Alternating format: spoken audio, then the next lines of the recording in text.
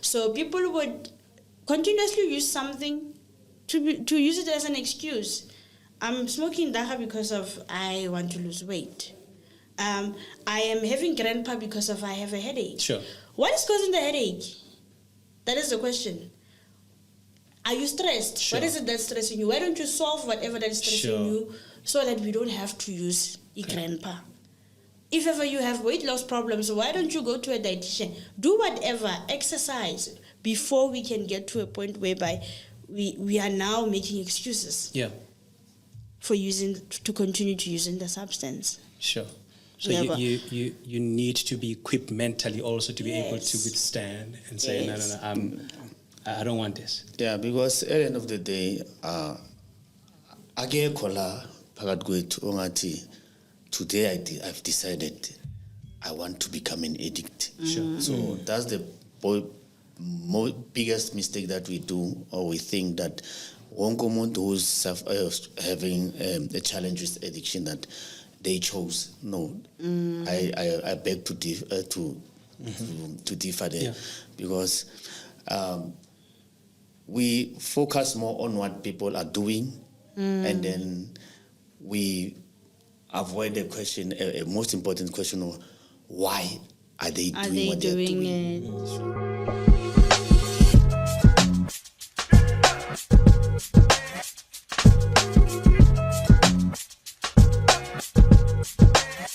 And once again, it's that time when Fyrsyd Conversations brings you a very entertaining episode. And this time around, I've got a co-pilot.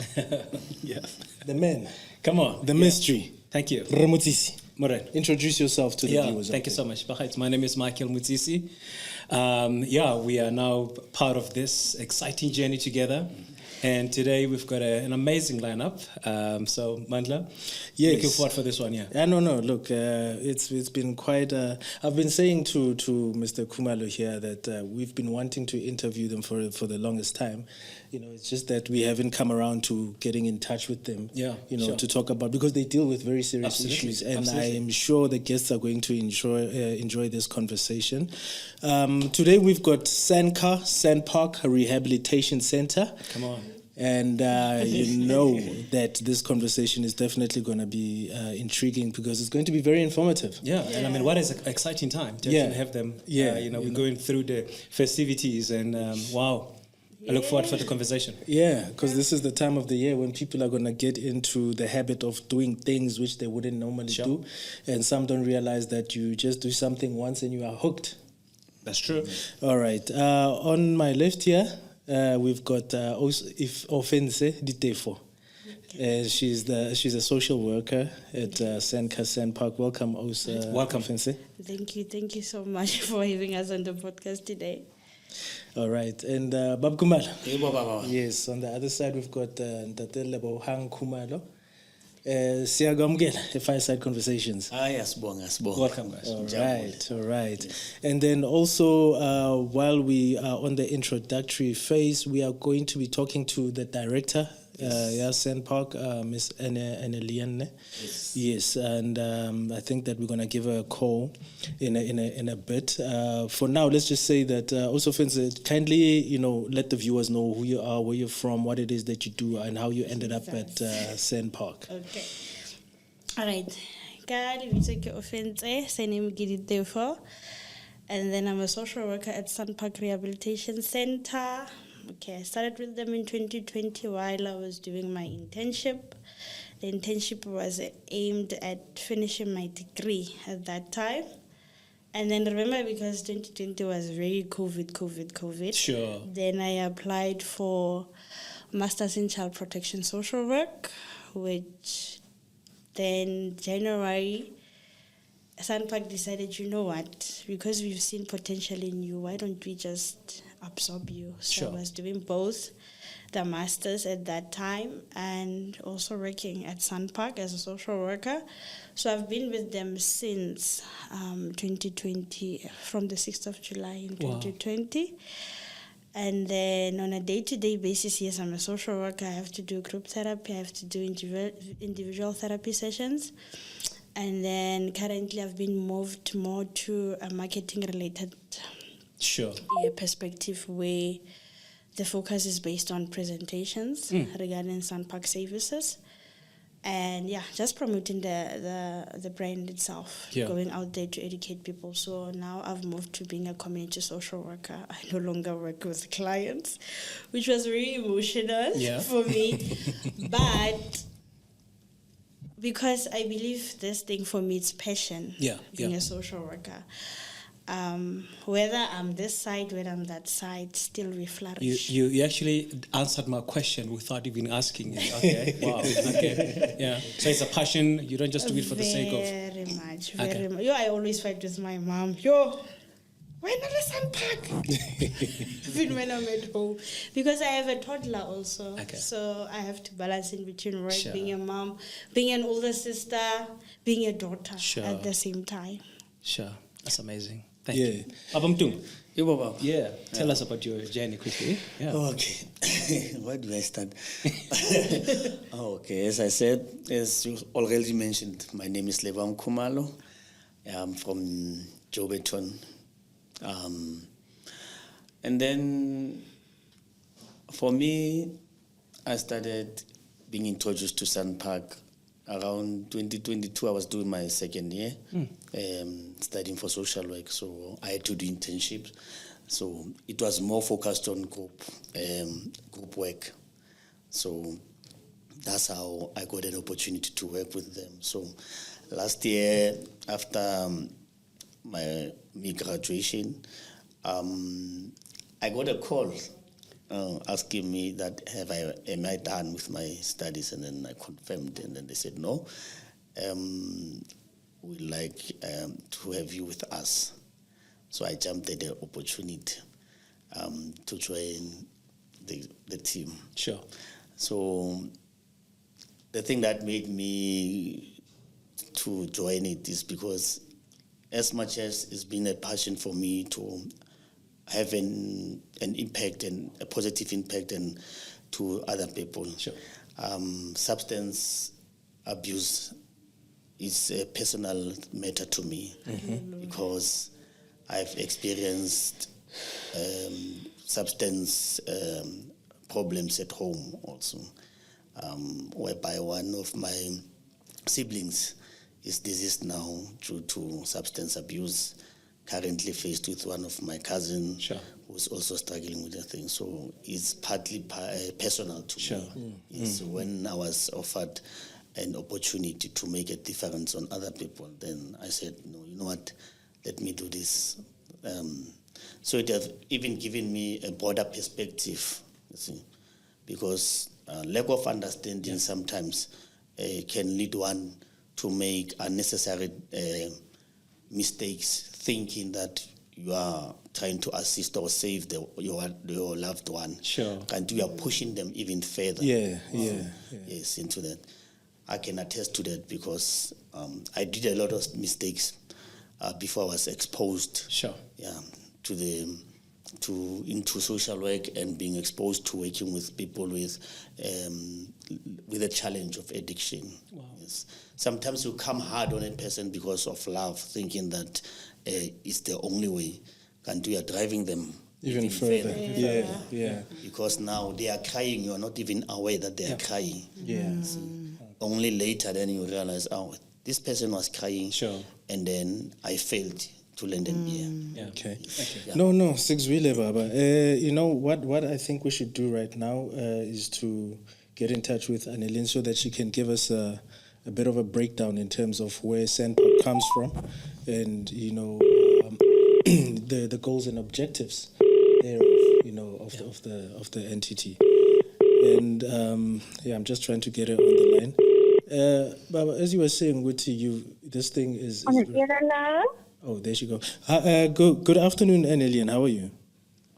I'm fine, thanks to you. Very well, thank you. You are speaking to Mandla. We are live on Fyrsyd Conversations, the podcast with Offense and Lebohang. Yes. Well, so let me go to my office with okay. nobody can disturb me. No, it's fine. But that also doesn't want to help. They will always also coming into my office. Who's coming with you to your office now? 36 staff members. Oh, wow. They want to listen to your I'm also conversation. I'm the mother goose, yeah. You're the mother goose, yes. Yeah. No, that's great. You let us know once you've reached your office, right? Yes, I'm in my office. Okay.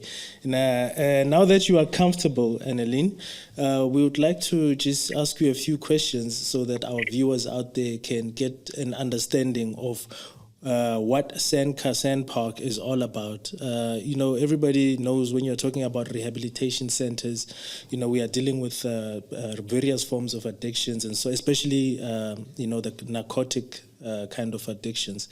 So what we would like to ask you is, what actually inspired the establishment of SANPARK, and when was it established? Just give us a breakdown of what the entity is all about. The thing is, SANPARK was already established around 1956.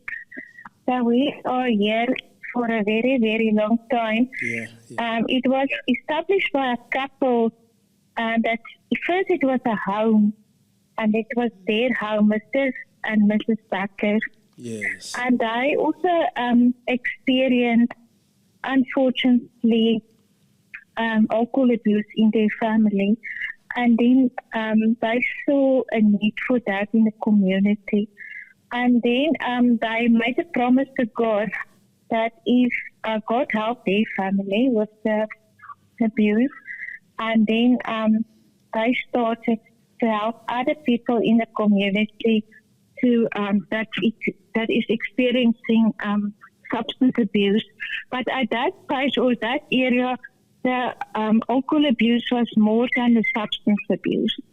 And then I took people from street or people that used alcohol, and I started the Bakker Clinic. As I already said, in 1956. And then in 1963, I got affiliated to SANCA National. The SANCA National, all the SANCAs over the country, the South African National Council for Alcohol and Drugs. And then here in the beginning of the 1990s, our name was changed to SANCA SANPARK. Sure. So it is actually a very, very beautiful story. It was, SANPARK was started by community members that also experienced the challenges of abuse, and they got the dream to start it to help other people. So it started with a small house here in Clarksville, and then it was extended to SANPARK, what it is today. Wow, that's a rather touching story, to think that it came from, a family that was actually affected by addiction. And 68 years later, you've impacted so many lives. Yes, I'm only 10 years here, and I went through 3,000 clients, not all my clients, but I saw 3,000 people in my 10 years. Imagine in 67 years how many people were helped. And as you said, it's a touching story. Sure. It's a story from the heart. It was not just to start a rehab. There was a beautiful reason behind it. Yeah. Sure. Annalene, it's Michael here. Good afternoon to you. Good afternoon. How are you? Are you well? I'm fine, thanks. And Thank you. you? Yeah, thank you for that amazing story. I just want to briefly ask you this. Maybe just describe maybe the target population or demographic of individuals that you have at your center. Just that, our viewers can actually have a perspective and just an idea of the people that you have. To be honest, we don't have a certain target area. We are admitting children from the age of 12 until people that are 75, 85, as long as they can care for themselves while they are admitted here. And what I meant with that is that they can eat themselves, they must bath themselves.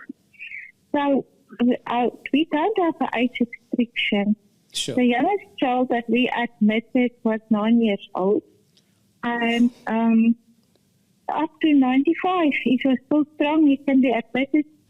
And the thing is, we don't only admit people from the Kosh area, we admit countrywide. Sure. We even admit people from Botswana and Lesotho. So we don't have really a restriction. If you choose us and you want to come here, you are more than welcome. Okay. Wow, that's actually, very big. I mean, if this little place in Klerksdorp is admitting patients from sub-Saharan Africa, I won't say South Africa, sub-Saharan Africa, it means that, your brand is actually out there and people know about it. Wow. Yes, that is due to our staff that is working so hard, our social workers and our marketing staff. And the thing about SANPARK is it's not about to make a profit and to be famous. For us, is to help people addicted to alcohol and drugs, because alcohol and drugs is not a one-man show. Sure. It affects all of us. Even if you're not using, it affects you at the end of the day. Because I always use the example of, I can go and drink now, and I can climb in my car, and I drive under the influence, and I can kill a sober person during an accident. Sure. So it's about education, it's about awareness, it's about to help the people and his family addicted to alcohol abuse and substance drug abuse, is to deliver aftercare services. As I already said, we do it with love and passion, Yes. and to help to make our community safe.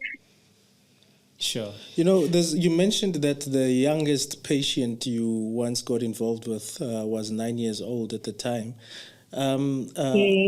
Without mentioning or exposing the individual, what exactly were they struggling with? The thing is, he grew up with his granny, and it was due to poverty. He was also a runner for the drug dealers. So he ran for them, and he sold dagga. Sure. And so it was an income for him and his granny, because there was now other means of income. And the child support grant is helping, but it's not enough to live off. So he hadn't had a choice.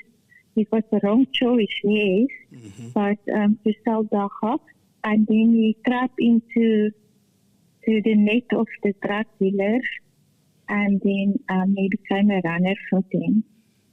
And he used himself, because the drug dealers, when you are a runner, they give you a free bottle each day.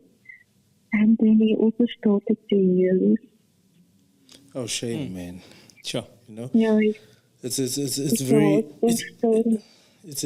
a very sad situation where you find adults that can actually use a child of that age to actually, sell drugs for them. Yeah. It's a very painful situation because the child doesn't know any better.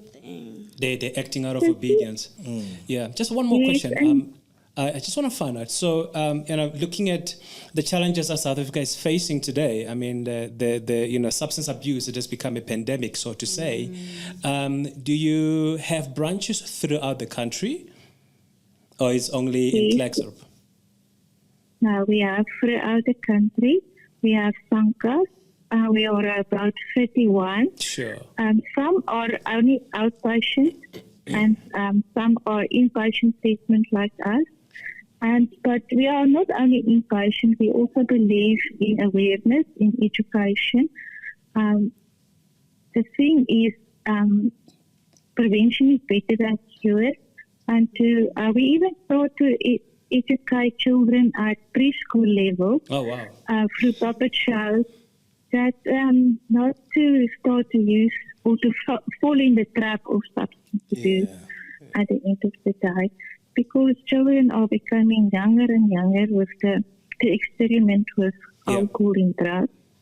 And as I said, we discussed it, we can go to any town and you will get grannies that are selling drugs to look after their children and grandchildren because of poverty. People are using drugs because of emotional problems, physical problems. Drugs is an evil. It's a pandemic in our country, and we must do a lot of education to help our people, and especially our young children. No, you're right. Absolutely. I believe in education, and I think this is where many communities could be empowered and made more aware of this. Sure. Thank you. And that's why we are so grateful that towards you and other media for helping us to combat the epidemic. Sure. Yeah, we need to certainly work together with entities such as SANPARK in order to spread the word and let people know that there's nothing good that can come out of interacting with substances such as drugs. There's nothing positive. Nothing positive. All right. Annalene, we'd like to thank you for taking our call. We're going to continue here at the studio with Offense and Lebohang. And we'll make sure that we give you the link so that you can watch and listen to yourself on on our social media platforms, okay? Thank you very much, and good luck with that too. Thank you. They are comfortable, don't worry. They are comfortable. I'm so glad I are with you today. I can rest. No, every time. I have a call Friday afternoon. No, anytime you need to rest, you can just send them to us. We'll take care of them for you, okay? Sure, it will be every day. All right, then. Good afternoon. Okay. Bye-bye. Bye. Yes. Okay, that was quite enlightening. The fact that the entity has been in existence for so long, and having started, just by a family that saw the need to impact the community positively, means that there is a serious problem, and it has been around for a very much long time. longer than people absolutely understand. So also fancy. Now we know that when we talk about SANPARK, we are not just talking about people that are affected, drugs and so on. There's various forms of addictions, right? Can we just get into that, just so that when we delve deeper into the conversation, people can understand what kind of work you guys do? On a daily basis, we come across a lot of addictions. Remember, with society, we are used to our illicit drugs, your crystal meth, your nyaupe, your cat, your cocaine. Now, you see with the laws, we have daga is legalized for private property use. We are used to your alcohol, but there's also other deeper forms of addiction, which includes your sex addiction, your eating disorders. We have the problem also currently of gambling, because I was doing a presentation also with them yesterday. So addiction runs deep. Addiction with people in society, they think it's those things that we've mentioned now, but they don't understand that with addiction also comes the normal things that we are used to, which you would easily access. In our drug cases that we have at the center, we would showcase you your glue, for example, your nail polish remover, your perfumes. Oh, wow. Those are normal things that we are used to. With nail polish remover, I use it for what? But with other people, that is a source of addiction. Okay, wow. Meaning a person who's struggling at most times with addiction to glue, they are more prone to, if ever they hear the smell of perfume, the smell of nail polish remover, the smell of your sanitizers, Sure. they would get high from that. So we have those kind of things in the center. We have had a case of a person who smoked Rooibos and became psychotic. Rooibos? Yes, Rooibos. Smoke it. There's But- I can put it inside a Rizla and smoke.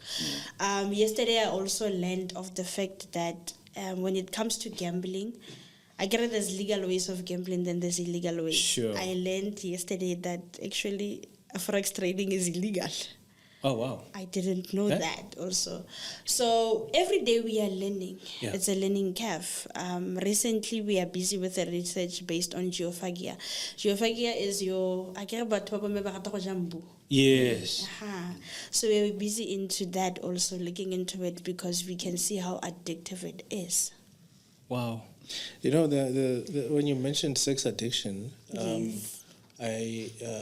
people have heard about celebrities who claim to be addicted to sex and so on, Yes. and they felt that, this person is taking a chance. Yes. You know, they just love to hop around like a Yeah. rabbit and whatnot. And you know, when you say that it's actually an addiction that people suffer from. Yeah. Yeah.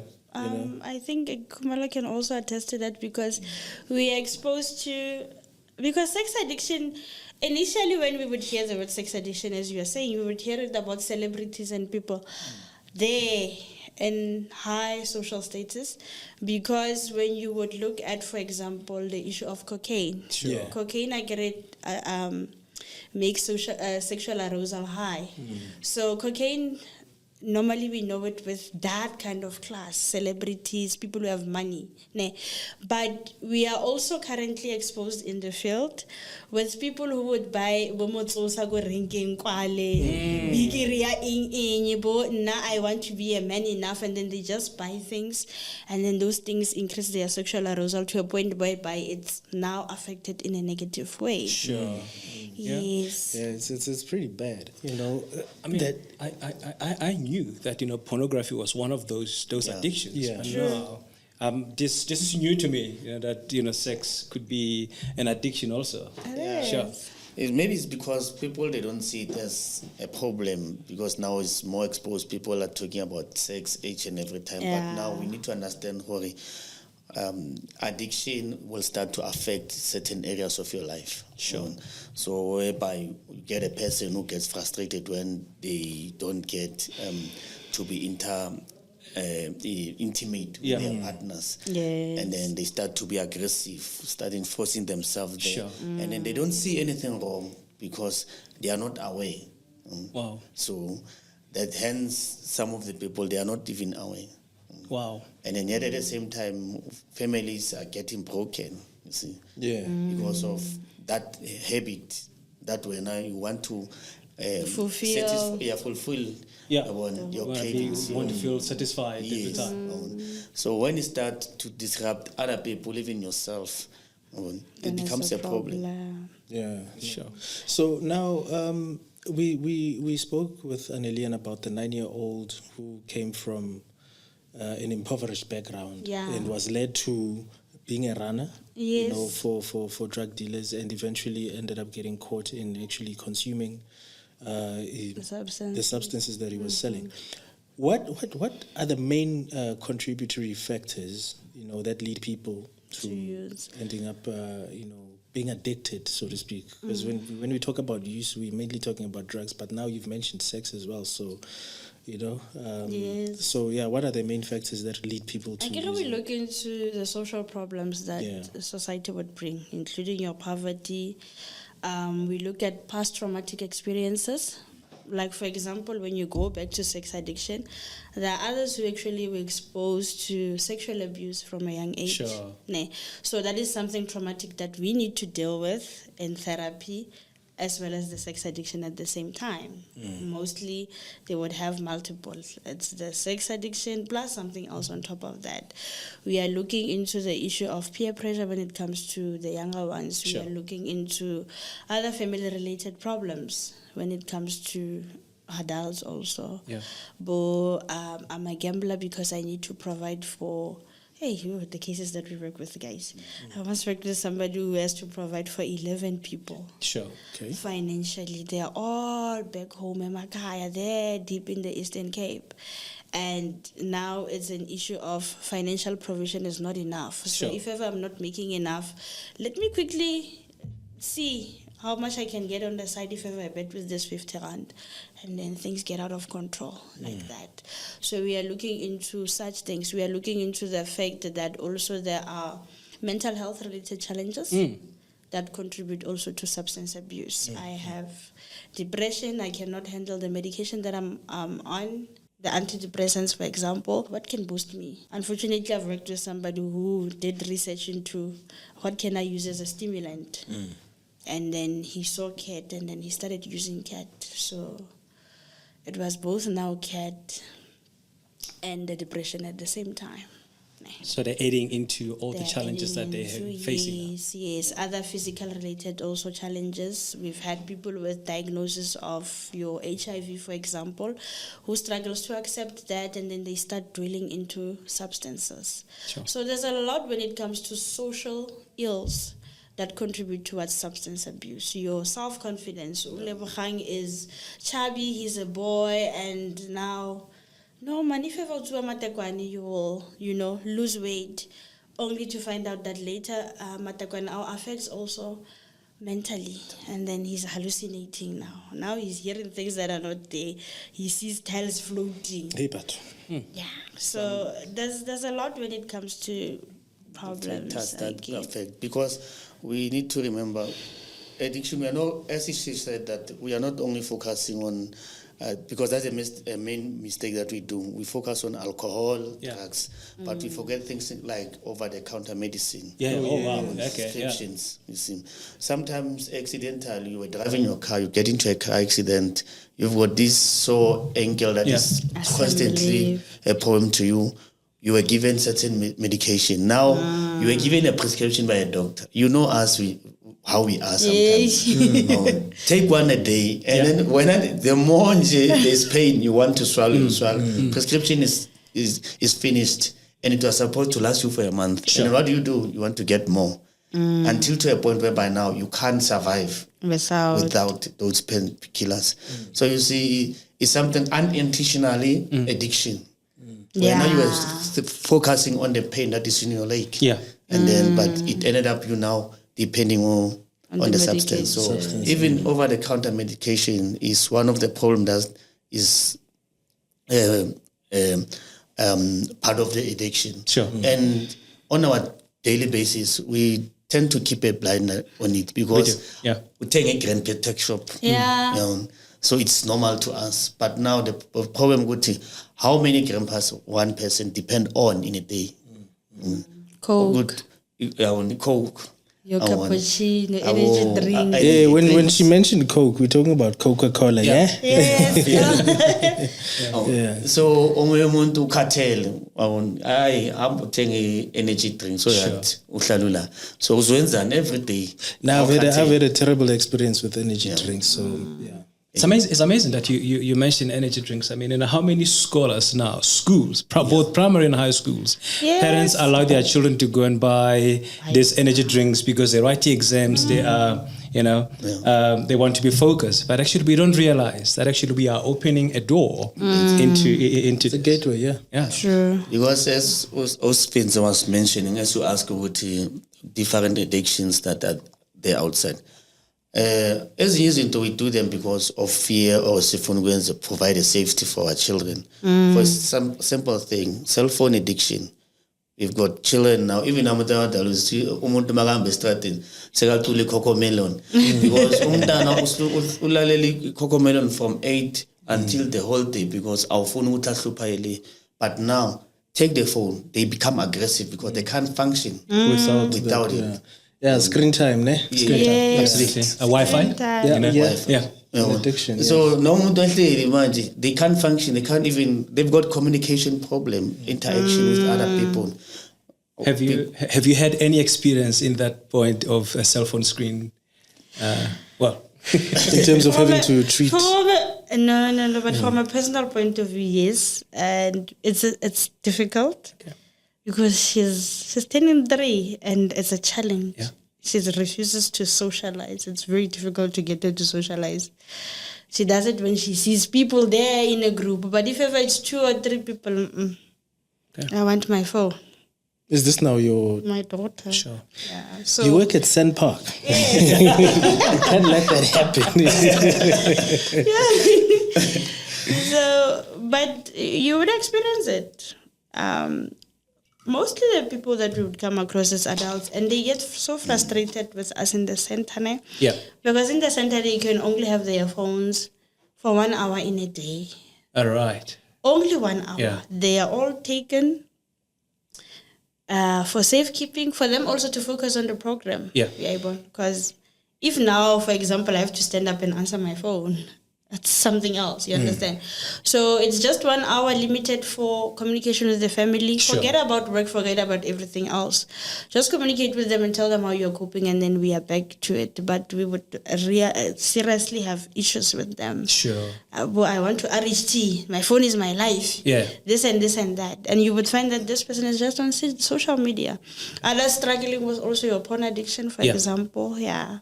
So as far as possible, we educate about this. These things also, they need a lot of psychoeducation. It's about the mind, how it thinks about this thing, about the phone. It's about how the mind thinks about the alcohol. It's about how you program the mind into believing that you need this thing. Sure. So, It's amazing how people don't realize that this whole smartphone phenomena is very new. People had lives That's true. before. you know, and then for people to say that no, my phone is my life, it doesn't make any sense.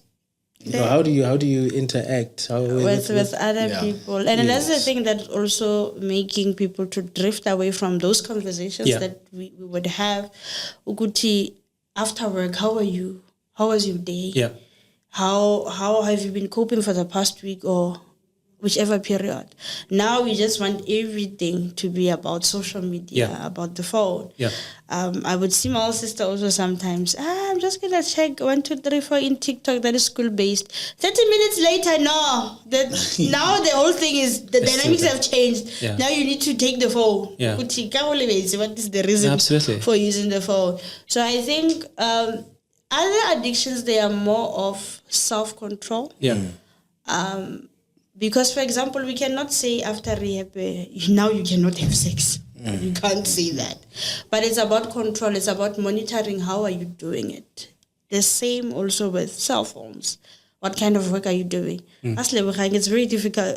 When was the last time you used your phone, like, for your own personal reasons in the office? Yeah, I was tempted that, I want to buy a tweet so that everyone, Mr. Ndlovu, when you call me, I know after hours I switch it off because I hardly get personal calls. You don't. It's only work related. So it's about self-control. So. You know, when we're talking about, you mentioned TikTok now. I remember, I don't know if you were there at Solid Ground when we were talking about social media and somebody mentioned TikTok. Daniel said even the name itself sounds like a waste of time. Absolutely.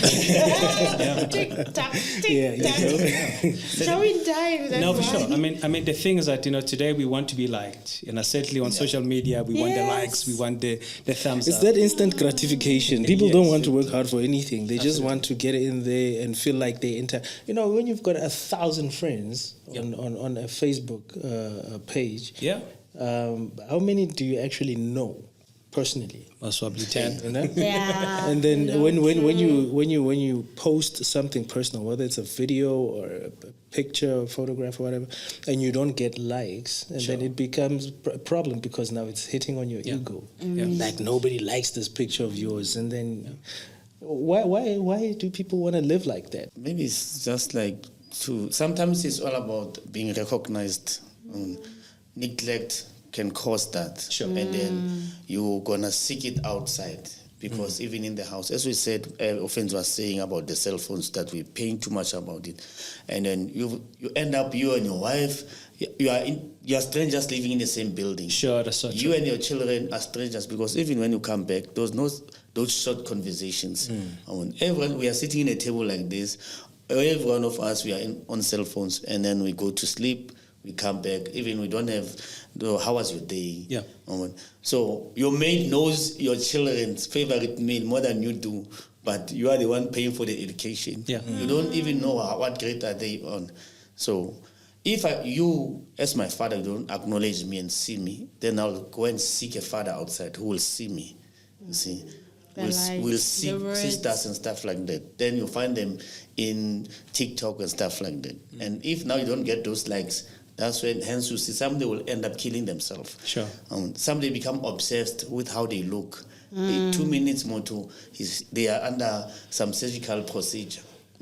So in a different way, we've actually normalized addictions. And we made them part of our lives, except for those that are obvious, like alcohol and drugs. Yeah. Everybody makes noise. But little ones like cell phones and internet, and those are like, it's okay, it's a necessity. It's a necessity. So like we have become that society basically. Exactly. Sure. Yeah, that's bad. So now let's talk about the misconceptions. I want to go back to, when you talk about people wanting to use maybe marijuana just to lose weight and whatnot. What are the biggest misconceptions that you've come across? I had somebody saying, it's not possible to quit yesterday. So, okay, the other thing that comes with substance abuse is the one thing that we teach them in group therapy about shame, stigma, and guilt. And with that topic, it's addressing how substance abuse within our communities would be a shame. It's wrong to do that. It speaks about how people who are using substance are being stigmatized. If, for example, Ulebogang is a recovering alcoholic, when he goes and apply for a job at the liquor store, it's like, this one, I'm a bottle as open. Yeah. That is how he would be stigmatized. Now, at the bottom of that topic, they always say that the other problem that comes with shame, stigma, and guilt is that people always believe that abantu ba eleng gore they are struggling with addiction ba iketsa. They're just doing it on purpose. But they don't understand the fact of a matter of, because of the physical addiction, that thing you could, if ever I don't drink, I'm gonna, they don't understand the reasons, the psychological dependency that comes with the addiction.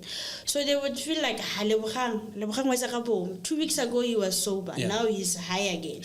Or a month ago he was okay, now he's back at it. We are giving up on him. So they don't understand that there's a power struggle when it comes to addiction, broadly so. And then the others, they would be, I heard of the word yesterday, but I love alcohol. People don't understand that we cannot put addiction in a nice way. We cannot polish and sugarcoat it. Addiction is addiction despite how we got to being addicted. When we are addicted, we need help. It ends there. So people would continuously use something to use it as an excuse. I'm smoking dacha because of I want to lose weight. I am having grandpa because of I have a headache. What is causing the headache? That is the question. Are you stressed? What is it that's stressing you? Why don't you solve whatever that is stressing you so that we don't have to use grandpa? If ever you have weight loss problems, why don't you go to a dietitian? Do whatever, exercise, before we can get to a point whereby we are now making excuses. For to continue to using the substance. So you need to be equipped mentally also to be able to withstand and say, no, I don't want this. Yeah, because at the end of the day, today I've decided I want to become an addict. So that's the biggest mistake that we do, or we think that one common who's having a challenge with addiction that they chose. No, I beg to differ there, because we focus more on what people are doing, and then we avoid the question, a most important question of why are they doing what they're doing. Sure. So I once said with a friend of mine, and then her brother is a policeman. So while we were having a normal chat with them, and then the gentleman said something, and then it caught my mind. In fact, one day we were doing our rounds, and then we got a call where there's an accident and at the N12. And then they were nearby, him and the partner. On arrival, only to realize, no, it is his sister and the nephews, and then they were deceased. Sure. So, because now it's funny, you arrive there, little did you expect that it is my closest family, it's my blood, and then you see that horror. It will haunt you the rest of your days. So what do you do? Some people say, I can't even sleep at night. Yeah.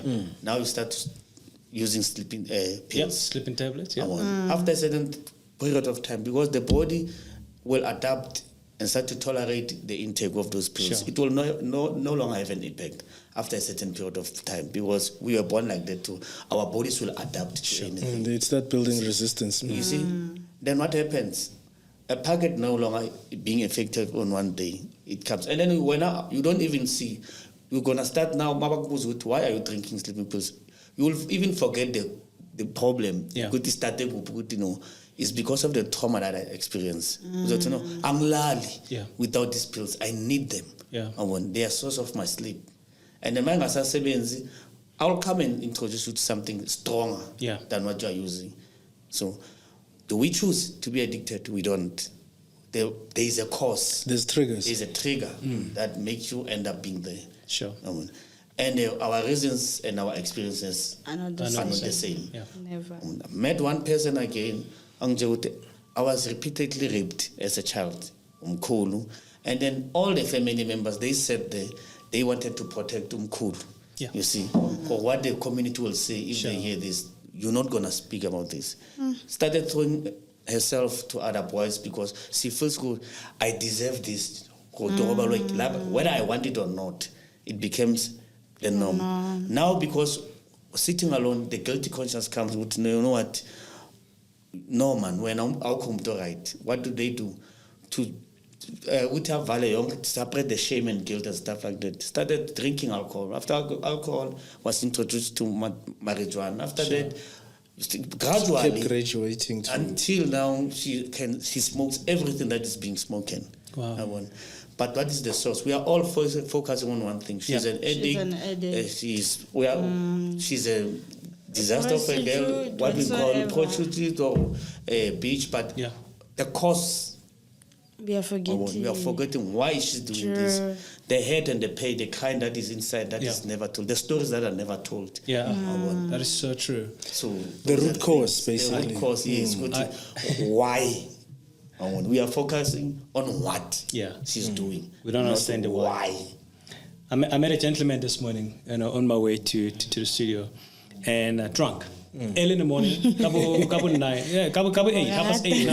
I was drunk, and this man, I looked at him and I said to him, dude, Urubeta guy, where did you sleep? Did you sleep at all? I don't know, And he's going on, he looks at me, he says, man, you remind me of my grandfather. This guy began to weep. Yeah. I go, do you have enemies? No, I don't know if I've got enemies, but I do know that I pray. So I do pray for them, if I've got enemies. Yes. This guy wept and says, I'm like this because the man that I looked as a father, my grandfather, passed on. And 2 weeks later, my grandmother also died.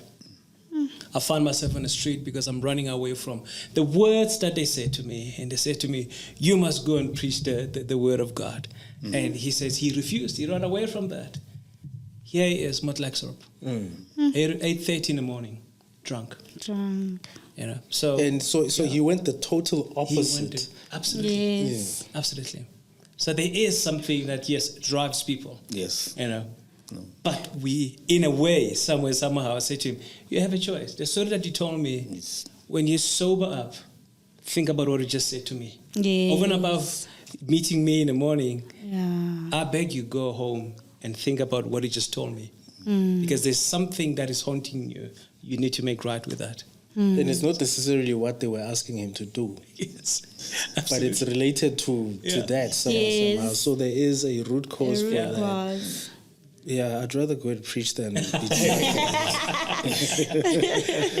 Yeah.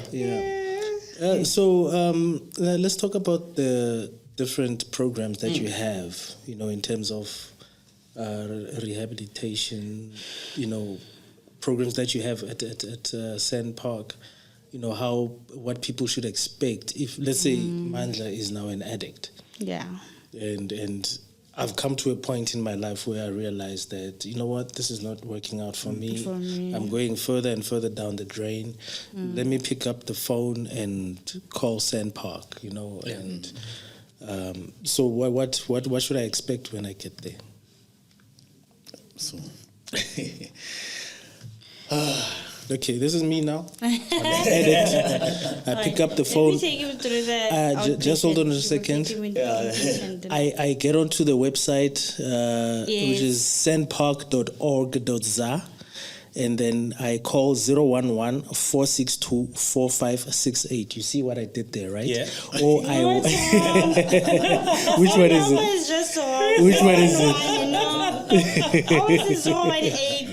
Okay. So it's like What did I say? 011. No, I said 018. No, you said 011. Are you serious? 100%. Okay. You can go home. Okay, but the rest of it?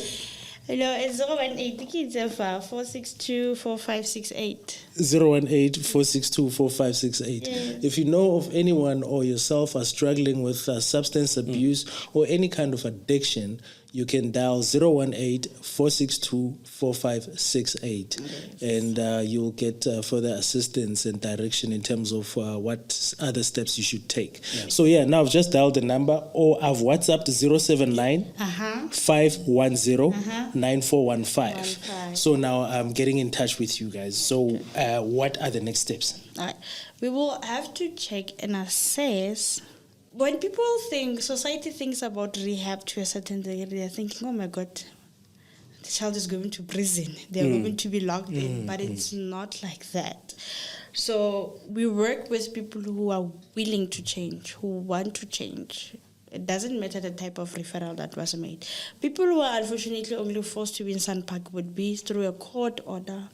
But it's only those. And most times when a person doesn't want to be in rehab, we would use our social work psychology skills that we would have at our disposal to convince the person on how important treatment is.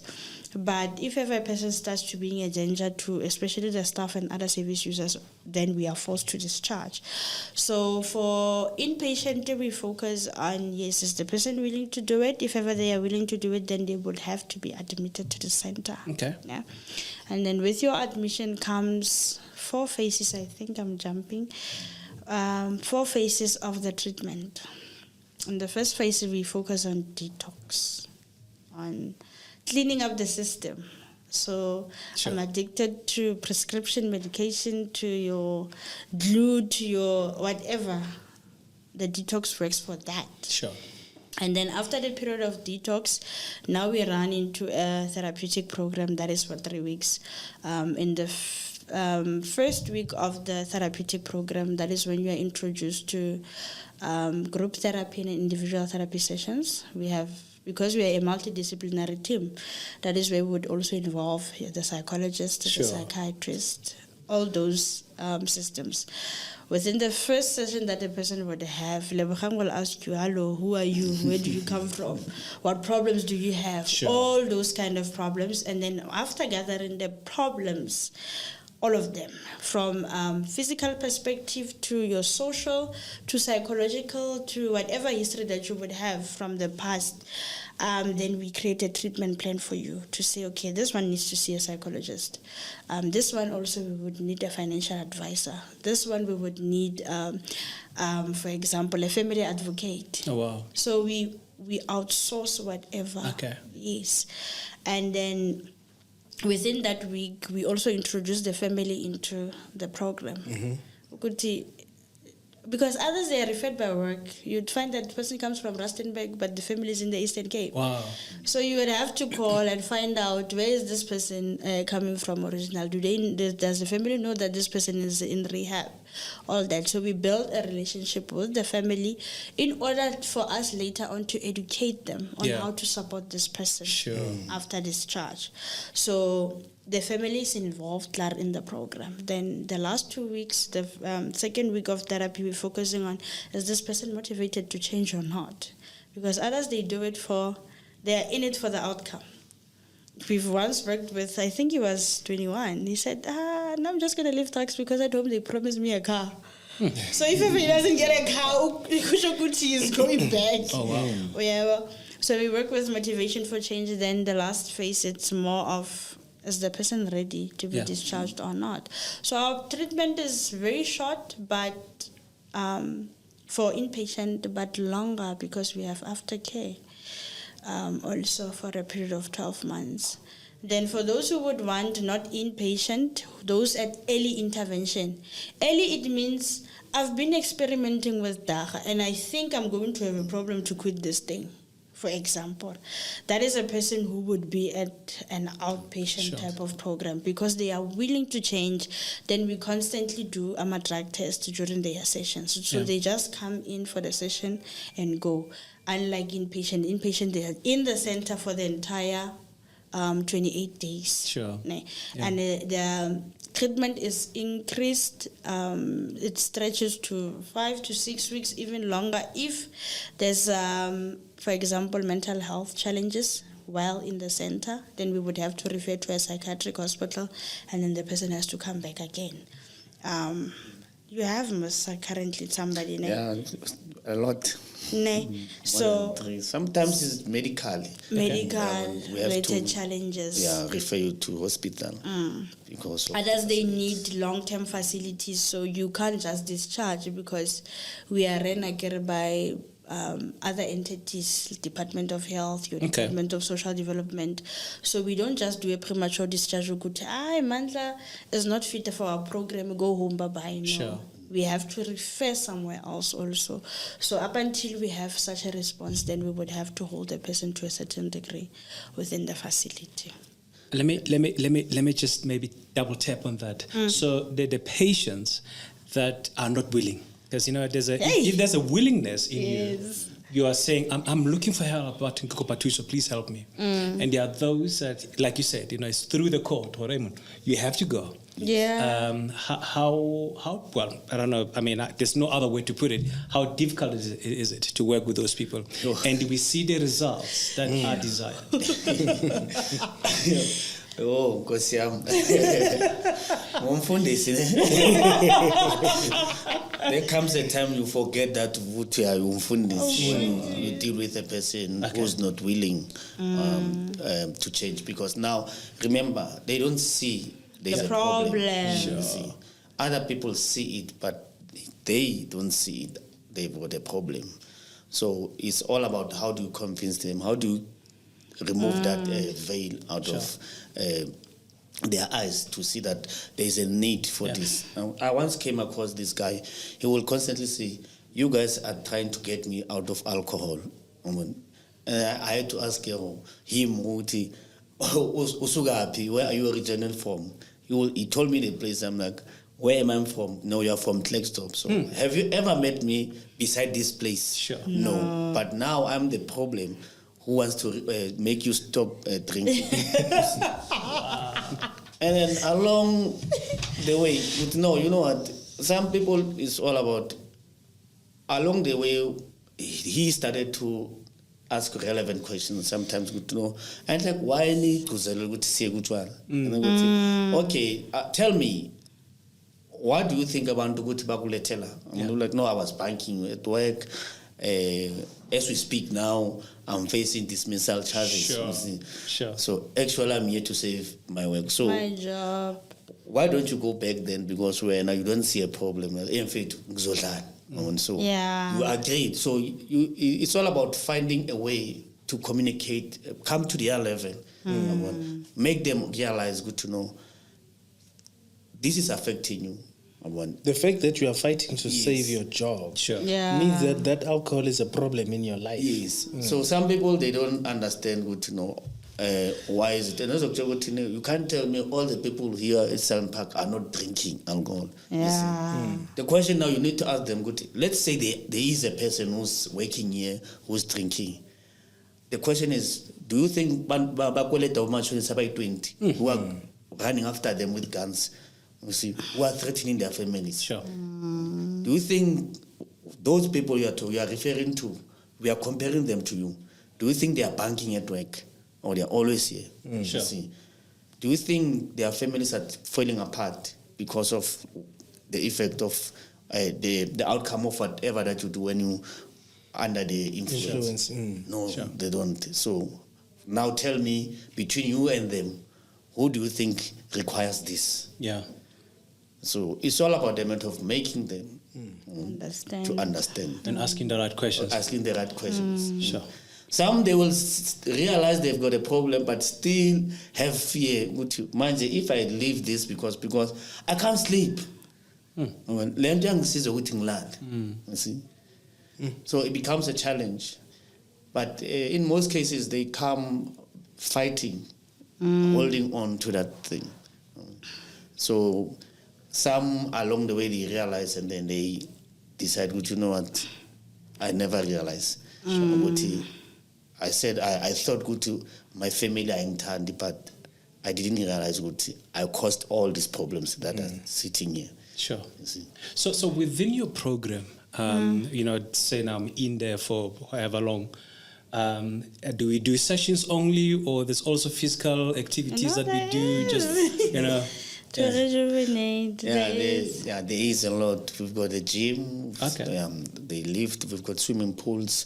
Even games, stimulating games. We do have Relaxation exercises. We do yoga. Sure. Some even they will sleep and then they'll I can't whip it.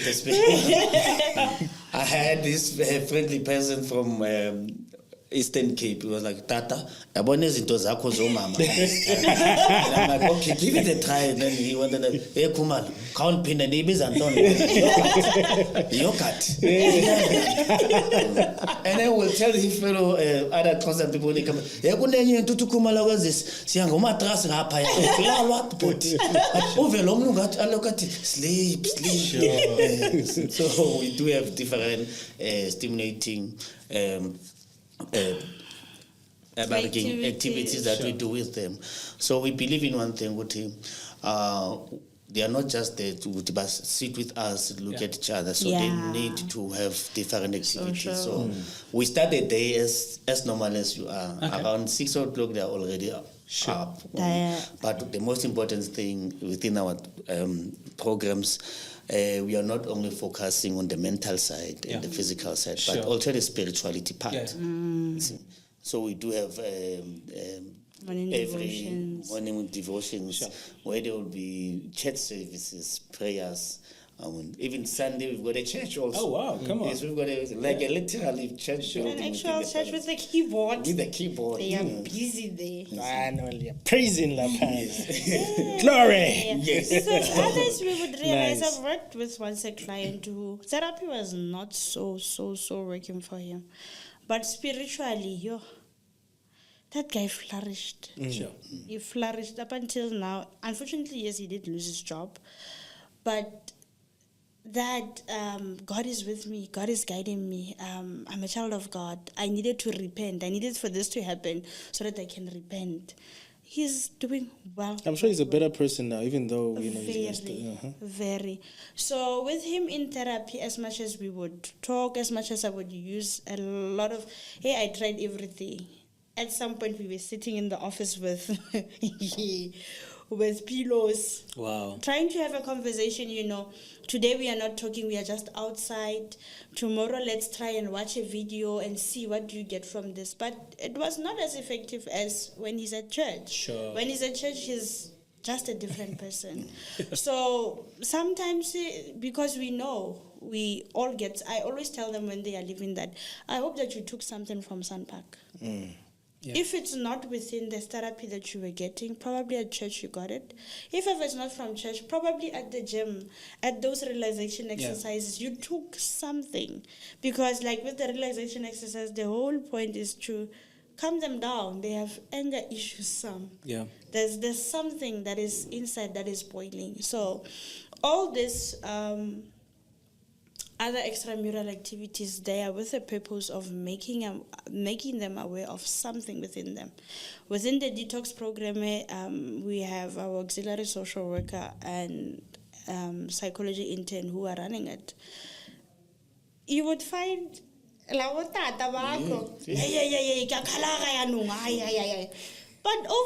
they get used to it. Now I must paint, I must do this. So it's those things that also make them not to think too much into their problems. Like, come into my office, stress about whatever that is happening now here. Okay. Once you leave the door and go and socialize with the others, look at life from a different perspective. We have a braai on Thursdays to show them that it is possible to socialize, to have Without your cold drink, without your alcohol. They would play music and come back to the office and say, but we deal with it in a therapeutic way.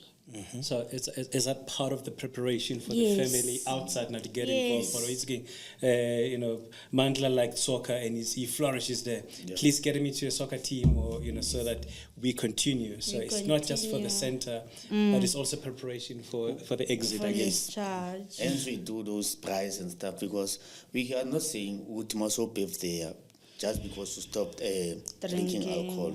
You are not allowed to buy your meat. Sure. You see, there's life after addiction. Sure. So, and then as we said, we involve families because we need to remember one thing. Some of the pain and the trauma that is within us, it was caused within the family. Whether they did it intentional or some it was done unintentional. Wow. You see, because, for instance, every time I come to you and then tell you I'm in Nisto, I'm stupid, but you are my father. You are modeling my mind and my belief that I'm a stupid person. And then what do? I'll sit with you, you're my friend, I'll tell you it doesn't. I will never pass, because even the time alarm knows that I'm a dumb cop. You know what? Let's have 2 puffs of Zol. When I have Zol, I can even think. Wow. It will assist you. You see, that addiction, it was started by my father, but he was not even aware that he caused it. Yeah. So that's why we include family in this treatment plan. Sometimes I once came across a client of mine. He stresses a lot because now his partner doesn't have the relevant document, but born here, you see. He doesn't know how to help her, but they are planning a big future, and then she's intelligent at the same time. But now she's stuck. They can't do anything. The ones that we're going to have children, they won't have an identity. Sure. How do we go about? We call people like the Home Affairs. We link them so that we know if we help him and then he goes back to that problem, then we did nothing, because he's going to stress again and relapse. Wow. Okay. So social work is all about that. That's what we do. Hence we want the background, full background, so that we need to try and address the cause of the problem. With the family also. With the family also. You just mentioned that, you link with different stakeholders to try and deal with the problem, I just want to find out that when it comes to this alcohol addiction, are you able to utilize the services of the very people that put alcohol into the community? Are they role players? Like, are you that saying come- Yoshi Beans? No, I'm talking about the manufacturers of alcohol. Are they playing their part when it comes to helping rehabilitation the centers? problem, I don't have an experience in terms of that. I've never heard us doing that. Because mostly we are just focused in campaigns within communities. Sure. When we work with different stakeholders, it's more of those who are also trying to prevent, to alleviate the problem of addiction. But it's something to think about with. And Let me just pose this question. Let me just pose this question to. I want to come back to Papa. Remutzis. Yes, sir. When I go about both South African breweries and so on, right? Or the root cause, because by and then they put them into the community. Don't you think, or they need to take out chele from the patlatsabone and then invest it towards actually curbing the problem? Yeah, I mean, they should. They should actually take a responsibility there also. Because they are the ones that actually go and advertise also and say, oh, be part of this lifestyle. And they have really made good profits out of that. I mean, you go to almost every society in South Africa. A number of things will be down, schools and everything, but you will never run short Kadishabini, the tavern. And they are always stacked up, So they need to take a responsibility there. They should have, they are the root cause, so they should have some funds available to say, look, we want to help and uplift society on this. As much as we want to be in business, they must actually be part of this, to take responsibility. Yeah.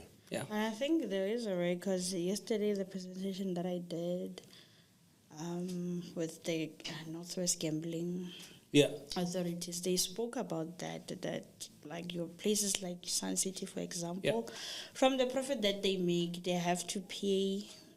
She made an example of 0.5% of their earnings into putting it into schools, to uplifting communities, and. So I believe it's also possible with substance abuse. 100%. So now, because I'm thinking they're saying that they must put a certain percentage, right, towards a certain funding model initiative. So when they put that money, is that the end of their responsibility? Is someone now going to take that money and try and get people into rehab facilities, for example? Because what? This is something that I feel like every Monday I'm on top of it. Yeah. That's why Fyrsyd Conversations. Come to Fyrsyd Conversations. I'm going to do a lot of research, because I get it, they would advertise and say drink responsibly, blah, blah. But at the end of the day, people go out of control. The same with the gambling. People go out of control. Yeah. So as much as they are investing money into certain initiatives, what is it again that is being done? Yeah. And who's responsible to get those people help? Yeah, so I wasn't saying anything. I was just saying. You said a lot. Nah, man, that's great. Look, I just feel that when it comes to running a business, for your business to be self-sustainable, you need to in turn take care of the community in which you operate. Right? From. And I think that we should not put profits before people. That is sickening. Yeah. And that is where I think that our government needs to relook the policies which they've put into place and how it allows businesses to operate. Yeah. Because if a business is operating to the detriment of the citizens of the country, then that business is not for the people. For the people. Which it claims to serve. Yeah. So I think that that's another model that SANPARK needs to look at, to say that, look, there are problems that we are facing, and it's because of what you are doing as a business, and now come and work with us so that we can try and solve this problem, so that our people can be much more economically active, so that we can rebuild our city. Absolutely. So that it becomes, a city that, businesses want to invest in. Because who wants to invest in a city where people are constantly drunk? I'm not saying people in Klerksdorp are constantly drunk, but you know what I'm saying. Watch. Yeah. No. Hey, that's home for you. We have SAB. Yeah, so now, look, we've spoken about the different kinds of programs and how we can try and facilitate, rehabilitation and whatnot. Let's look at the poverty factor You know, we've got people that come from really impoverished backgrounds, and they don't have the money to say, let me call SANCA. Let me call them. They don't have the money to okay, let's say they get an opportunity to interact with SANCA. For instance, I saw 2 weeks ago you were at a clinic in Kanana called Grace Mahoma. Yes. And the clinics generally, government-owned clinics generally take care of individuals who do not have the economic means to go to private institutions. So somebody meets you guys there, you are doing your activations, and they say, okay, fine, I've got a problem, or my friend has a problem, can you guys assist? They are willing. They are willing to say, you know what, I want help. And you can tell this person is going to go through with the program that you put them on. How do you deal with that situation? Because there's no medical aid, there's no money. There's no money, there's no nothing. There's a month. When is Substance Abuse Awareness Month about? June we did, ne? Also. During that month, what happens is the center takes a certain number of people who they help for free from the community. So we have that only at a certain period of time. So what happens is they check in terms of finances how much has been made to say how many people then can be taken within the community. That is number one. And then number two, others, they would try and get sponsors, donors to assist with smaller things like toiletries and all that. Sure. So, unfortunately, because yes, we are an NPO, and also for us, it means if you are coming for free, then it affects, for example, yeah. But they are looking into that. So I've realized also over the years that the number of people who would be assisted from that point of view, compared to when I came into now, has actually been a bit more. Sure. Remember, COVID also affected a lot of things. So after then, now, because we are also recovering, then the number has increased. So there are people who would be taken with the initiative of, because it's Substance Awareness Month, then we are going to accommodate, for example, 5 people pro bono who we know 100% sure that there's no funding, there's no nothing.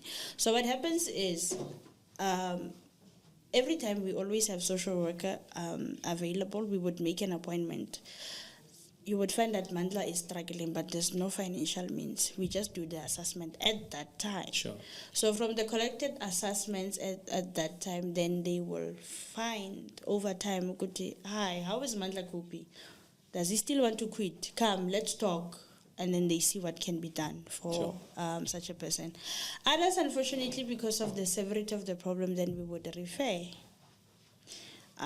Write a letter to say this person was here, but they don't have the financial means, and then DSD will take over to see how does that person gets assisted.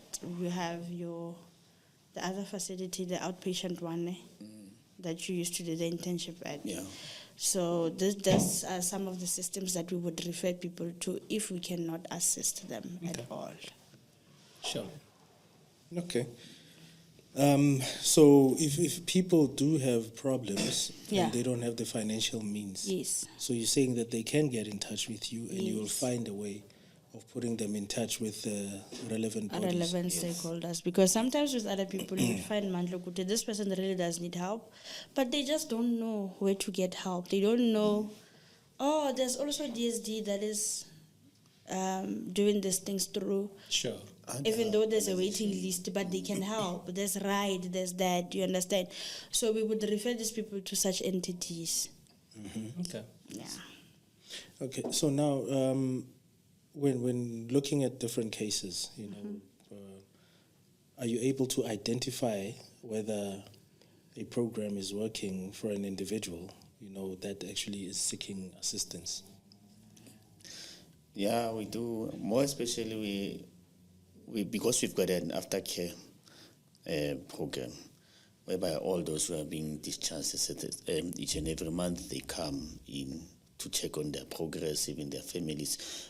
And it's not only designed for the service user, only, but it's focused even on the families. Okay, so sure. yeah, so that's how we keep track of each and every patients of ours. Some will sleep here and there, some they will experience relapse, but we know how many of our clients are doing well, how many of them are still struggling, how many of them have fallen but still have that desire. Because some clients, a person does relapse but still has the desire. The thing is the ability to implement whatever that has been taught or been guided is the way the problem lies. So you don't give up on a person, you see. So, we try. So within the aftercare, you want to reinforce what they've learned, what they've taken. And then inspire and encourage them, you see. And then because now it's all of them, they gather together as in the form of a group session. And then they inspire and tell each other stories. And then the other one will say, hey, yesterday I had cravings. And then what did you do? No, I drank water, I slept. And I'm going to try that next time, you see. And then the other one, when he sees the other one, you know what? I never thought Mandla will do it, will come through. But you know what? He's inspiring me also. So, but basically, the aftercare treatment that we provide gives us a clear picture. How far are we going, and then how successful rate it is with our clients. Okay. So it's a constant thing. And then some, even after, beside a certain date, our clients, most of them, we've got this policy that call me anytime. I'll be there. We are Michael Jacksons. So they know that, no, anytime if I want to call Usufins, I can call. And hey, Usufins, you know what, Kinalestra is saying, I can't even decide which Manchester t-shirt to buy. Oh, I know, it's fine. All right. Nah, it's cool. I'm just saying. So it's that relationship when we can keep constant track with how many of our clients are doing well, how many of them are still struggling. And then within the aftercare still, because I think I like that. Yes. Do you also keep in touch with the families to just get an outside report from the family? Yes, always. What we always do is before they are discharged, there's always a list to who is who, where do they come from, their number plus the next of kin number. So if ever we can't get hold of Fulebokang, we are definitely going to call Mandla as the next of kin to find out how is he coping. And sometimes because we know the challenges that others would be facing during rehab, and you'll be like, Marana, I have trust issues with this one. Yeah. So whatever he would say, you also verify with the family, is it really it? Hear it from the family's perspective. Because I always tell my clients, I've heard a saying, rehab is difficult the first 3 days of being sober, the first 3 weeks, the first 3 months. Sure. Because there's still a struggle there, psychologically, physically. I was used to doing this thing maybe weekly or on a daily basis. Now I have to live without it. So how is the family going to support me in that? Yeah. That's why we always invite them for also those aftercare sessions. How are they coping without this thing also on their own? Others, they were so dependent to an extent that substance was the only word that would come out of their mouth. But they need to relearn certain things, you understand? So we take it from a point of perspective, you are a clean slate after rehab. You are a tabula rasa. Now we must start writing on that slate, rewriting the story afresh. So adding on what Lebogang was saying about in the aftercare setting, while in the program inside the rehab, the treatment plan also guides us to see how effective is our program, because you would find that what works for him when it comes to anger will not work for you. Yeah. So we try certain things while in the center to see if ever they're going to work or not. Another person's anger coping mechanism, they would use a punching bag. But this one wants to just walk outside, listen to music. So all those things, we assess if ever the program is working for this person or not. Recently, we've had a lot of cases of conflict in between them as service users, not with the staff. And it's true if ever we are teaching them about how to cope. Program is structured inpatiently in a way that we are able to see certain things while the person is in the center, we will know, okay, this one needs long-term therapy. So it means this one, if ever I'm checking people, for example, once a month, this one I need to check twice a month, or I need to refer him somewhere else for that, plus coming back for the aftercare sessions. So the program is structured in a way that we monitor while inside, we monitor also when you are outside. My last question on that topic of aftercare is, how do we help both families again and the users about triggers? because there are triggers. Yeah. December. No, I mean, that's a... What we try and do is, because when we do the topic of support systems with them in the center, the client, we are preparing them for possibilities of the family will react 1, 2, 3, 4. Also, the family involved in the process, how do they support them? Aftercare for both of them, for both the service user and the family member is, okay, I've taught you about the topic of support systems, that possibly 1, 2, 3 is going to happen. I learned as a family member, I taught you on how to support this person. Tell me, how are you coping with each other now? Sure. So some would tell you, now when I get home, people are hiding their phones still. Now when I get home, this is how... Now sometimes I come with red eyes because I'm tired, maybe from a very long day, and they are suspecting that I smoked or I drank. Okay, for you as the family member, why are you suspecting that this person is still using? They would tell you also their own part. So the whole aftercare program in terms of both parties is to see how are they navigating through the service users' sobriety journey. Because we know it's not easy. Some others, they were at the verge of, I gave up, Mandla is not going to be fine. But here I am now seeing that Mandla is really trying. Yeah. You understand? Yeah. I'm also not sure. I recently, it was so touching for me.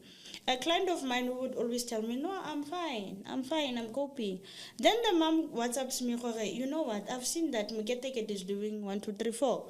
And for me, it's a trigger as a family member because this is what he used to do when he was using. Yeah. So I don't know how to navigate through this one. So I had to call in that guy, you know what, I'm this side, come and see me. And immediately he came in. He looked so tired, and I'm like, let's talk about it. When did it start again? How do you know that I'm using? When did it start again? And then we went through that conversation about what is happening, what are the stressors still. And I realized that there's also a drift of communication in between him and the mom. Sure. So it was more of, okay, let's call in mom and see how do we sort it out. And then they started having another conversation in between there, which at the end of the day, now he's more open with her. Yeah. But you know, mom, this is what I'm going through now. Today I feel this way because of 1, 2, 3, 4. Sure. Good. I think communication is very important in that aspect, because when you look at it, when people know that you've been problematic, you know, and they start picking up certain things, their response tends to be a trigger, because they are unable to respond in a manner that will encourage you to actually say, you know what, I've just messed up. They've picked it up. Let me just come back. Yeah. Yes. Let me come back. So communication, I think, is one of the things that, families need to actually, train up on and just get to understand each other, because this thing of people not talking is a big problem. Absolutely. Sure. Okay, so what advice would you give to anybody struggling with addiction, or anybody that knows somebody that's struggling with addiction, if ever they want to, help them, so to speak? What would you say to them right now? You can look at any of the cameras, talk to the public, talk to the viewers. I inspired the ones those who are living here today.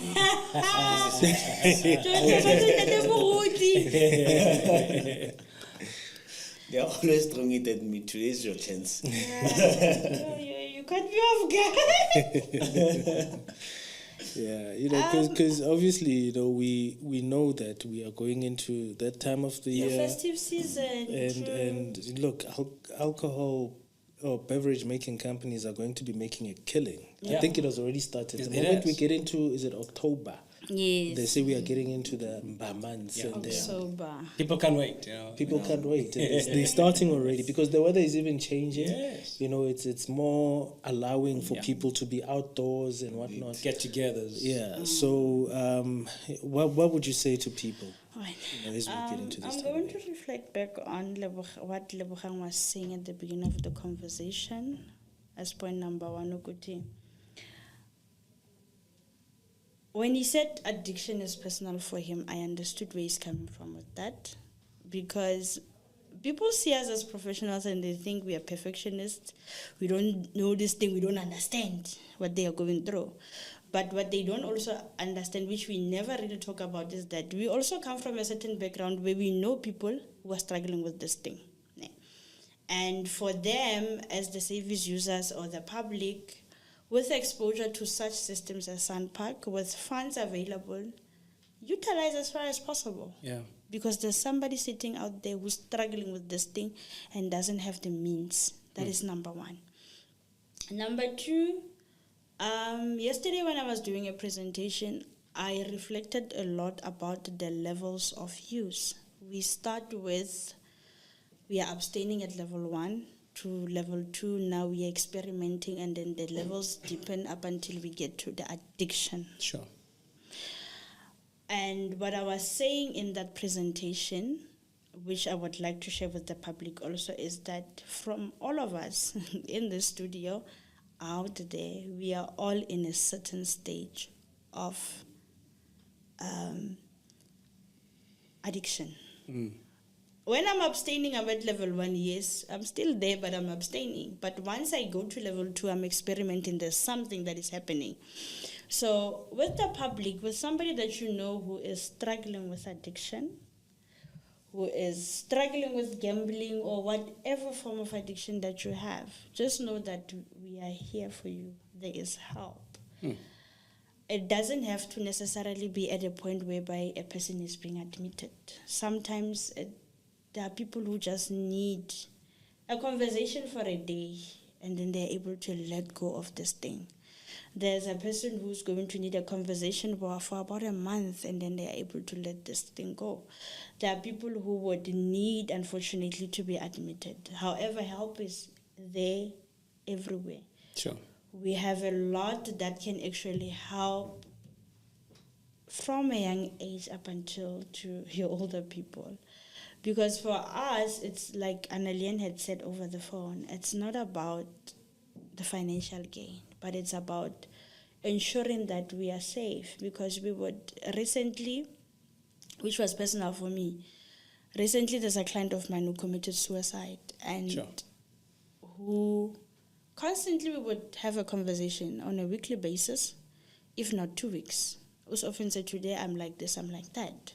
So let it be a matter of we are preventing. Let it be a matter of it's early intervention before we get to a point whereby it's rehab to suicide, to drug overdose. Sure. You understand? Let it be a matter of guys, we know. No man is an island. Yeah. So with whatever that comes, whatever social problem, if SANPARK cannot help, definitely SANPARK will refer you somewhere else. So utilize this kind of platforms, the services that we have, in order to assist everyone Sure. in society as a whole. Mouthful. Wow. So looking ahead, what are the your hopes for SANCA? Yeah. I wish it was possible for us to work at the point of prevention and not rehabilitation as we are personally. I know with how things are getting out of control on a daily basis, Yeah. how social media and all other forms of addiction are making our world to evolve. It's going to be difficult. But we are hoping that we are going to get to a point whereby now we are no longer working with you need a medical aid, you need cash. We can only take a certain amount of people. We are looking into more of, now everybody's just welcome. Sure. You're just awaiting your bed to get assistance. That is the hope and the dream that I have for SANPARK as an entity. To say now the center we've bought more space to have, more people admitted. Wow. It would really assist a lot. It's painful that we are walking around, like he said, to him it's personal, and I'm reflecting back also on some of my family members, people that I've went to high school with who are struggling with this thing. It's painful to see them when you see there's a lot of potential, know this person. And if only they could get help with curbing this addiction and going into systems like the workplace, job creation, we would go far as a country. Yeah, indeed. Very far. Very far. Just in closing, how can our listeners or our viewers get in touch or get more information about SANPARK, so that, if they want to render assistance to their family or community members, they should find it easy to do so. Where can they get information? We do have workings. We are situated just behind Klerksdorp Mall. After Love School, City Mall. We are next to Park Med. Yeah, it's called Bishop Tutu. Yes. And what's this? Paul Kruger Street. Yes. Sometimes I get on people. Some people, they don't know the names, the street names, but they know certain buildings and structures. Yeah.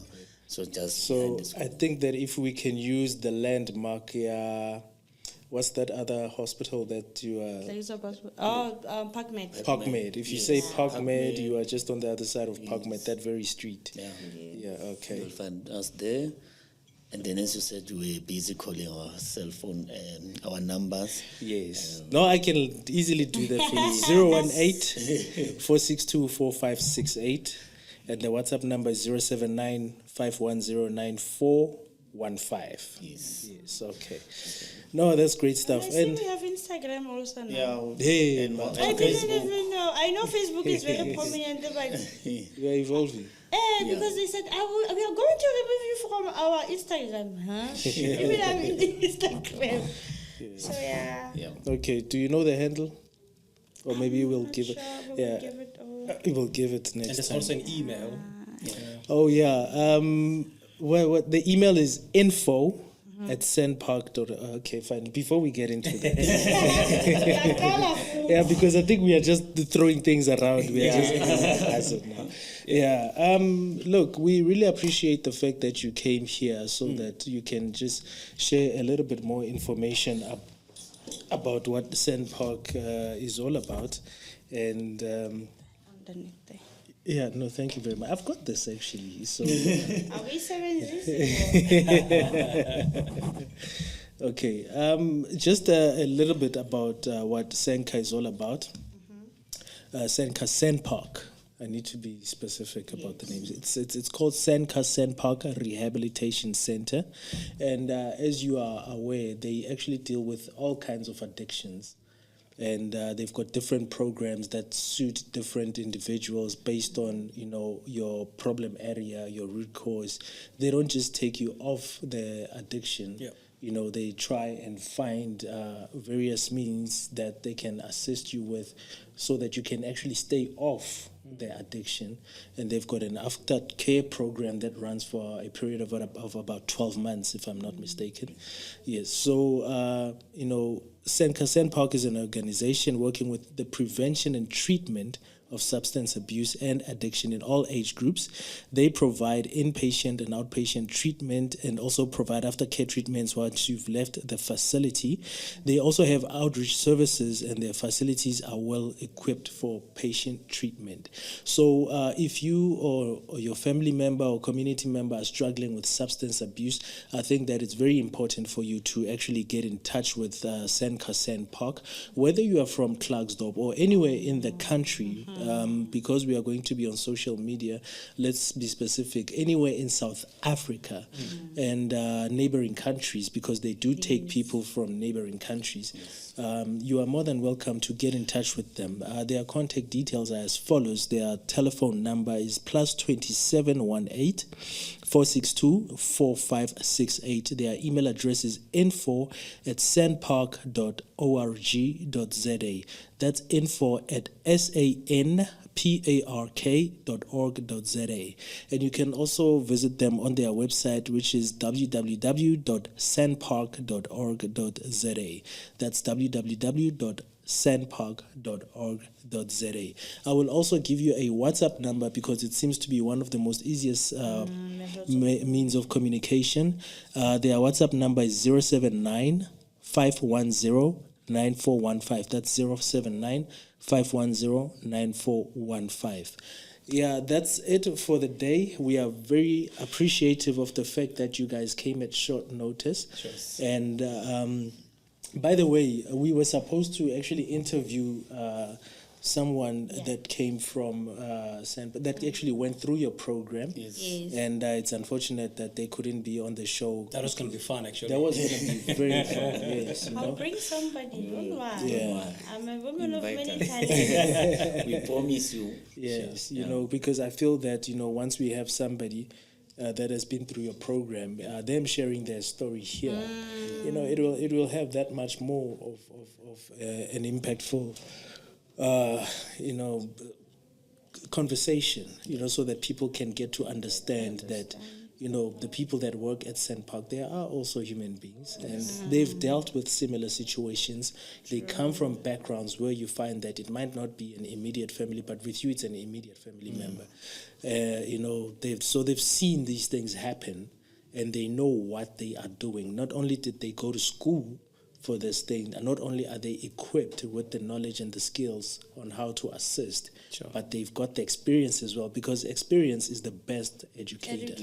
You understand? So yeah, we are very appreciative of that. And Ramotsis, your first time. I am excited. I'm really excited for what the work that SANPARK is doing. Yes. And I can't wait for the days that we do outreaches at schools. Because that this is where everything starts. Everything is the beginning, and we're seeing our children. I mean, as early as 9 years old. That's really young in primary.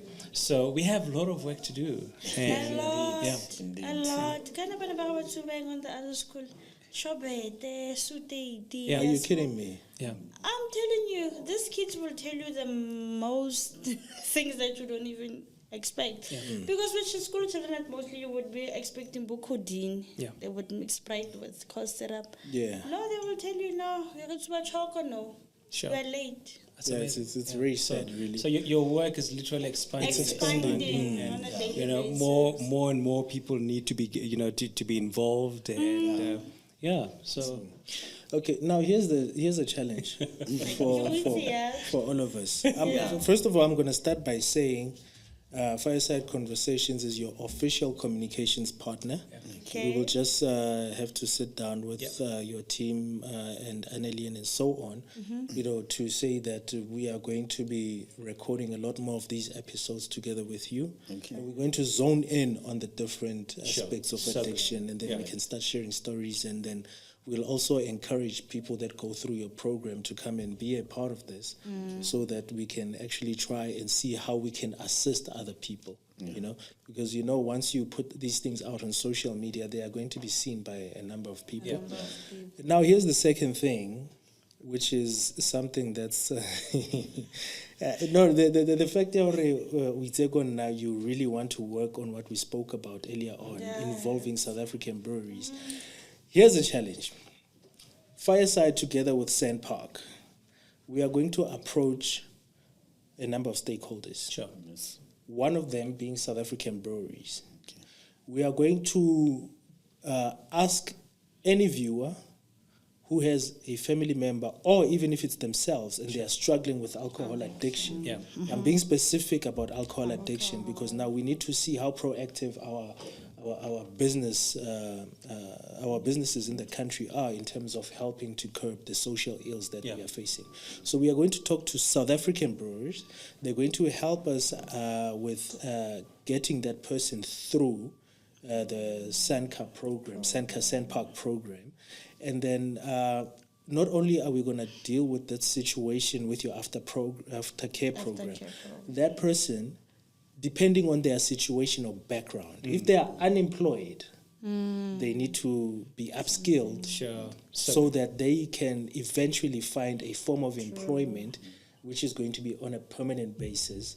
And then we can take it from there and see how effective is the partnership going to be. And then if it can be a yardstick or a model for rehabilitation centers to utilize. Indeed. So I think, what's the date today? It's the 15th. Yes. We're gonna. It's the 15th. I know some of the people they've already started. It's 2 in the afternoon, so they've already started drinking. And once they sober up, they're going to watch this program. And then when you've sobered up and you feel that you've got an issue with addiction, be it drugs, be it alcohol, get in touch with Fyrsyd Conversations. Send us a WhatsApp on 079-612-5936. That's 079-612-5936. Send us an email on info@fyrsyd.co.za. That's info@fyrsyd.co.za. Tell us about your addiction story. If you want assistance and you are willing to go through with it, we will gladly find you assistance through SANCA SANPARK. You will get assistance. So all the cases will be evaluated, because right now we don't know how many people we can assist, so we'll just take it on one case, which is being, which we are initiating as Fyrsyd and SANPARK. I'm putting you guys on the spot here. So send us an email or a WhatsApp, or get in touch with us one way or another, and then we will get in touch with the relevant bodies, and then we will assist you as much as we can. All right. Okay, that's it from Fyrsyd Conversations. My name is Mandla Ndlovu. We are here with Aus Offense, Abutile Bohang, and Michael Musisi. Thank you. So thank you very much. Stay tuned for more of our episodes together with SANCA SANPARK Clarksdorp. You heard?